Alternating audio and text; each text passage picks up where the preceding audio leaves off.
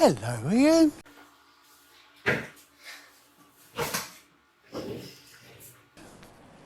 Long time no see. How you doing? I can't believe it. Someone said you was dead. No, I'm not dead. G'day everyone and welcome back to the channel. It's been a while. I've taken my time to refresh, reset, and get ready for an even bigger and better 2024 AFL season, and I promise you that. The content I've got planned is monstrous, and I cannot wait to get that out to you guys. We're starting off with an absolute monstrous, unique video as well. My early 2024 AFL ladder predictions. It's the first of its kind. No one's ever done it, so I can't wait to get stuck in. I've whipped up a little tier maker here. I've got the top 4, finals 3, mid-table, and bottom 4. There's no better true AFL content creator way to come back to making content than with a tier maker. Now, Crom are looking very, very strong going into 2024 after a promising 2023 season that was, you know, robbed. It was robbed of a finals berth due to a horrendous umpiring error, as we know. I've lost a couple key pieces in Shane McAdam, and particularly Tom Doedee, who was a real mainstay in that Crows backline. And they haven't really restocked in that area, but I think their depth is sufficient enough. And while it is quite a young list, it could either go a few steps back or a few steps forward. I don't think they'll stay the same. If they do go a few steps back, I don't think any blame should be put on Matthew Nicks or the players. They're still a very, very young squad. But I would not be surprised whatsoever if they do go those few steps forward from mid-table into finals. And that is why I'm going to chuck them in finals footy. I think they've recruited well, particularly in the draft, and particularly Daniel Curtin. I rate him so highly. I've seen quite a bit of him coming out of WA, and he is just an absolute beast. Down back, down forward, wherever you put him, he is a tall figure that can play in any key position required, and he'll fit straight into that Crows best 22. Onto the Lions. Look, they narrowly lost the grand final last year. They were one of the best teams, in fact the second best team last year. They've lost Jack Gunston, who realistically wasn't even very good for them, and they brought in Tom Doedee, who is an absolute superstar. The Lions have to go one step further. Surely this could be their premiership year. I think they're going to be a top 4 team no matter what. Carlton, their list changes were pretty insufficient. Their main one being Zach Fisher, but he ended up being a Verge best 22 player, half-back or down forward. He was sort of versatile, but I don't think they will, fantasise over his loss. I think the Blues, they're going to be a top 4 team. They looked so good last year. Their transition game from back to front looked so good in the second half of the year. They looked like a proper top 4 footy team, and a team that could win a flag. That being said, I really hope that doesn't happen, because in case it's your first day watching the channel, I'm not too fond of the Blues. Collingwood, I mean, we're already going to take up our 3 top 4 slots here. By the way, this isn't in order, so don't be offended by that. I mean, how can Collingwood not be top 4? They've lost Jack Gingerman and replaced him with a better player in Lachie Schultz. I don't think the Vic media truly realised how incredible Lachie Schultz is as a player. He was my favourite player at the Dockers. He did go to Collingwood. That's my second favourite player of the Dockers that went to Collingwood. Shout out Chris Main. Look, I'm absolutely devastated with that, but that will only make the Pies a better side. I hope they flop tremendously to humble the fan base, don't get me wrong, but they'll be a top 4 side. They are just absolutely brilliant. Everything about their game, their club culture, what a team. The Bombers is where it starts to get interesting. I think it will be a bottom 4 finish for Essendon. I could maybe move that up to mid-table, but I don't see a lot of room for them there. They've brought in Ben Mackay and Todd Goldstein. And, like, they're decent players, but Goldie had a decent year with the Roos, but he's well past his best. He's getting on a little bit. And Ben Mackay isn't astounding. I've lost some massive key pieces in the backline, like Massimo D'Ambrosio and Brandon Zerkdacher, 2 really key core pieces of the Bombers that they've just let go. I think it's going to be yet another transition year for the Bombers, and yet another year without a finals win. The Dockers. Now, I'm going to try my hardest not to put my purple tinted glasses on here. I don't think we'll be terrible, and I don't think we'll be bottom 4 like a lot of people are saying. I saw this man, Cardman, putting a 17th. Look, we'll probably finish mid-table, but there's an urge. There's a fucking urge. Look, I'm gonna get heat for that in the comments. Alright, we've lost Liam Henry and Lachie Schultz. I'm aware of that, but Liam Henry was playing for a contract. He's a bang average player. And Lachie Schultz, yeah, he's not bad. We've replaced him with some really viable players in Jack Deline, Oden Jones, Oscar McDonald, Ollie Murphy, Cooper Simpson, and Jeremy Sharp. look, Sharpie's a good player, to be fair, and I like the look of guys like Deline and Cooper Simpson, Oscar McDonald, bit of veteran depth. But yeah, it's I'm deluded. Geelong's list changes have been really, really insignificant. They really weren't very good last year, and I still think it's a transition period. Some of the older players, injury issues will still be a thing. I still think they're going to try to blood the youth, but it's not good enough for a top 8 finish. Not like Freo's list is good enough for top 8 either, by the way. But I've just got a sense we're going to win the flag. God, I hate myself. The Suns under Damien Hardwick, it will be an interesting first year, but I think with all the hype that comes with it, very rarely do things on the Gold Coast that come with hype live up to expectation, apart from your odd festival. I don't think that the Dimmer Hardwick era is going to be a success in its very first year.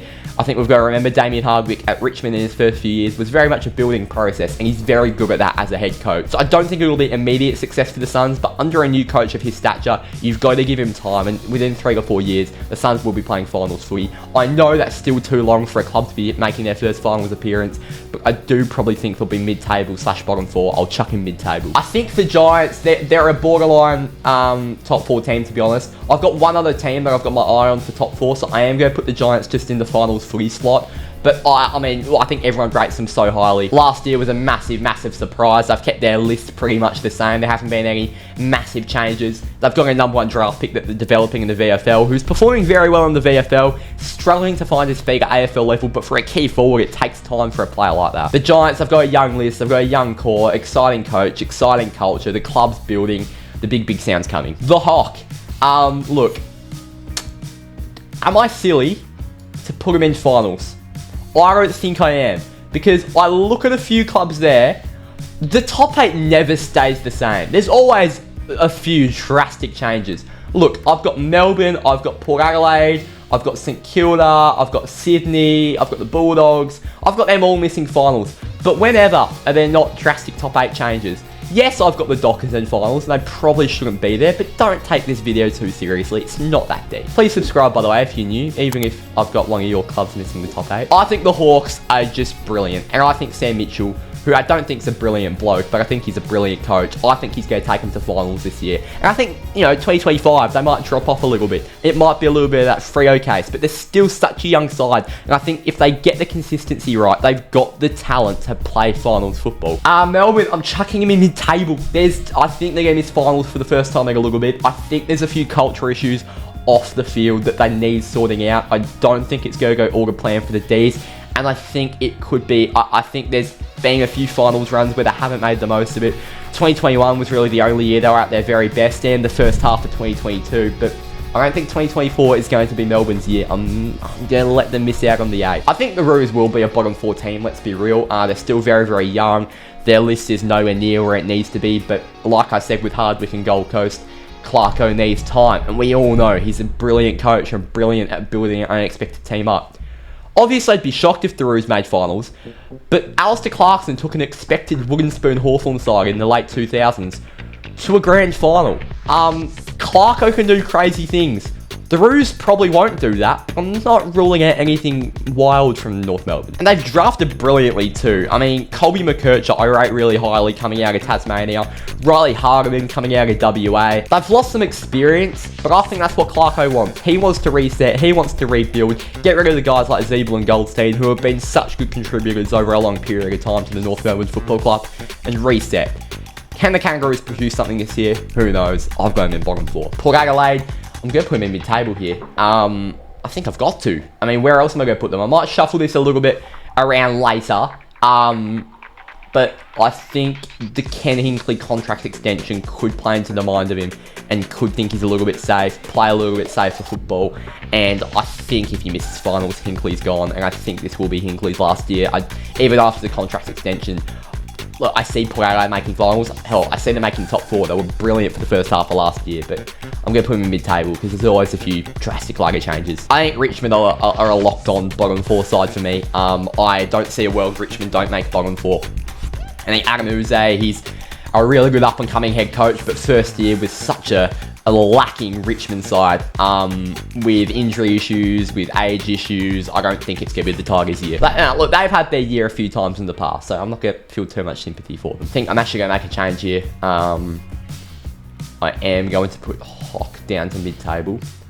You know, I'm going to put Freo down to mid-table. I'm going to be a little bit fair here. I'm going to put the Saints into finals. I think Ross Lyon has this knack to turn the St Kilda Football Club, and like he did with the Dockers in that 2012 season, into a final side with a weak list.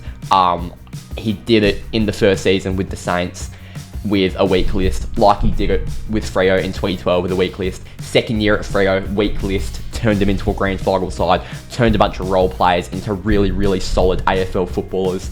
I think he's going to do with this with the Saints. I think they're going to play finals. I'm actually really happy with how St Kilda have drafted. Ari Schoenmaker and Darcy Wilson are two top-notch players. They've traded for guys like Riley Bogger and Liam Henry, who's really sufficient depth and potential best 22 players, good ball users. I think the Saints are going to be a force to be reckoned with in 2024. Swans, they're going in the top 4 for me, the Sydney Swans. I'm sorry, but they've got Taylor Adams, Brodie Grundy, Joel Hamling, James Jordan. And they basically lost peanuts. Buddy Franklin already had injury issues. Paddy McCargan had serious injury issues. And Dylan Stephens was a brilliant up-and-comer. But they've gone they're going all in for a flag this year, I think. And I think Sydney can win it. I mean, Errol Golden going from the inside midfield out into the wings, tapped down by Brodie Grundy, onto a Callum Mills who can hopefully stay healthy. I mean, Sydney's list depth and down forward and in the midfield, on the wings, in the ruck, the Swans are going to be damn good. I can't believe Melbourne let James Jordan go, by the way, to the Swans for that. Like, what a trade. I think we know where the Eagles are going. They can go in bottom 4.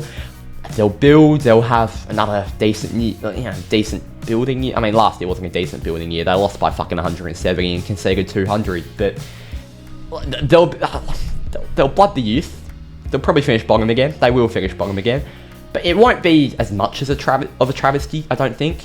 It might be. I don't know. This Harley Reid hype, it's getting on my nerves. I don't know how it's going to be handled. And the Western Bulldogs, I'm going to put in mid-table. I think it's a pretty fair tier maker. I don't think the Dogs are too... I think there's going to be another mediocre team. I think it could be Luke Beveridge's last year, to be honest. I think that top 8, Brisbane, Carlton, Collingwood, Sydney, Adelaide, Giants, Hawthorn, St Kilda. There's enough top 8 changes for it to be realistic there. I could see... Well, obviously I could see a Melbourne making finals. I just don't think it'll be their year. I see Port Adelaide making finals. I even see the Dockers making finals. Hell, North could make finals. Who knows? Thank you for watching. I hope you all enjoyed this. It's not that deep. Don't take it too seriously. I'll see you all for a bigger and better 2024 AFL season. Subscribe if you're new. Like the video. It would be much appreciated. Thank you for watching, and I'll see you next time. Cheers.